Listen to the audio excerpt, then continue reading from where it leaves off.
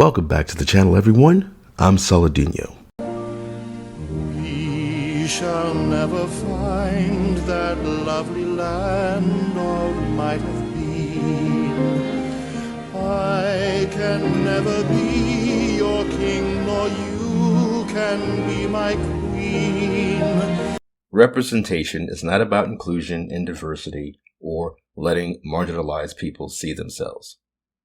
Representation is about censorship and control and pushing a gender abolitionist ideology down everyone's throats. Pronouns aren't about the trans community. Pronouns are from the sociopaths who identify as non-binary. And not to say that everyone who calls themselves non-binary is this hateful, harmful person, but non-binary is not a thing. Like I keep saying, non-binary are the furries of the LGBTQ community. It's not a sexual orientation. It's not a dysphoria. It's just people with a mental illness, and it could be autism, OCD, anxiety, who have decided to make it about gender, to make whatever condition they have, whatever feelings that they have, or confusion that they have, not even sexual orientation confusion, just this mental anxiety and instability. They've decided to make that gender. Nobody feels like a man or a woman. That's not a thing. You can feel sexual attraction. You can have emotions and emotional responses typical of male and female biology, but likely more typical of societal expectations. But that doesn't mean you feel like a man or a woman, and it doesn't mean that if you are a man who likes Barbie, you're a woman. Or if you're a woman who likes G.I. Joe, you're actually a man. That this nonsense is in gaming, a space predominantly made up of straight men, is absurd. Body type 1 and 2, body type A and B, pronouns, all this shit has nothing to do with the largest part of society. Most people, 99% of the world, even the LGB ones, do not have dysphoria and are not obsessed with this idea that gender is a spectrum and that there's no difference between men and women, and that you can be a man one day and then a woman the other. This is a thing for people with too much time on their hands and too up their own asses to get into a hobby. Like I always say, activists who get into comics or gaming are not getting into it because they care about comics or games. They get into it because their actual hobby is activism, and activism is primarily there to destroy their political enemies. And the political enemy of most activists are straight white men. They don't want straight white men to have their hobbies, to have their safe spaces, to have a space of their own. They always have to be a part of it so that they can destroy it.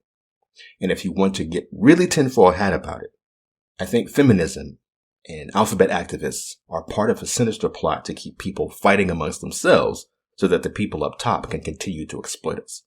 There is no reason in the world to go this hard and push so much for people who say they're not the sex they are born with, not assigned with. You're not assigned a gender when you're born. All you have to do is look at your pee-pee or your coochie and say, okay, this is a male, this is a female. This thing about gender being a social construct is nonsense. It's just an out. It's just a way to weaponize how someone wants to feel and how they want to be perceived in the world and to gain power from that. Games, comics, sports should not be changed as much as they have been just to accommodate people who think that there's something they're not. In no other instance would that be allowed. Nobody who's white can say, I'm actually black, and be allowed to get away with that in society. Does it mean that someone who's trans, for instance, should be banned from society or that they shouldn't be allowed jobs? Although you need to seriously vet them before letting them work in games or comics these days. I mean, look at something like Dragon Age: The Veilguard. That was directed by a trans woman, and look how that's turned out. But they should be allowed to have homes. They should be allowed to exist in society without harm if they're not harming anyone else. But this idea that we have to have body type 1 and body type 2 in a video game because some people don't believe in objective reality is bullshit. And I think it's done to piss people off. And again, tinfoil hat time. They do it to hope some lone wolf type does something extreme in society. They want the incel, the straight white incel, to go out in society and do something so that they can come up with more ways, they being them, the man, they can come up with more ways to scare people into giving up more of their rights and to distract them from the real oppression, the real exploitation in society. This whole thing where you have these assholes that hate games and comics and they hate the actual comic fans and gamers, and so they sneeringly call those of us who speak out against feminism and activism and LGBTQ agenda and our hobbies anti-woke. This thing when they go, you're anti-woke. Like woke is good is classic gaslighting. Woke isn't good, and woke isn't the default. The default is art and entertainment made to express the artist's feelings, desires, interests. The default is to entertain, to distract, ultimately to allow you to tolerate yourself and your existence.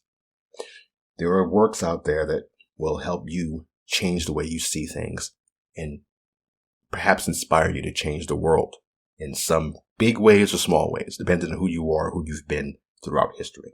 But ultimately, more than anything, with art, is to help you be better alone with your own thoughts.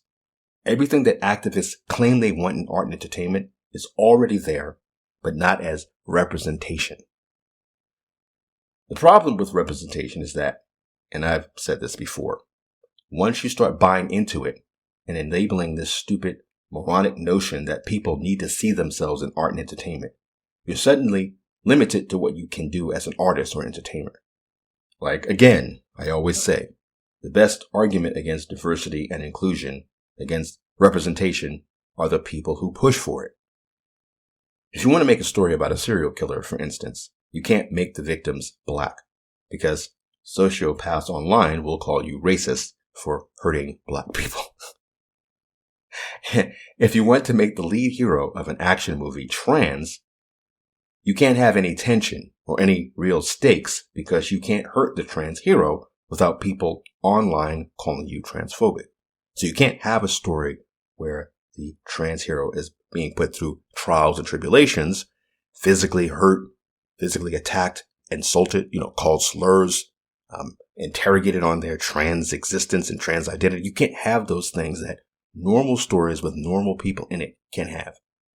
Because, again, people online will say you are trying to hurt trans people. You're trying to denigrate them by having a character misgender them or dead name them. Stupid stuff like that.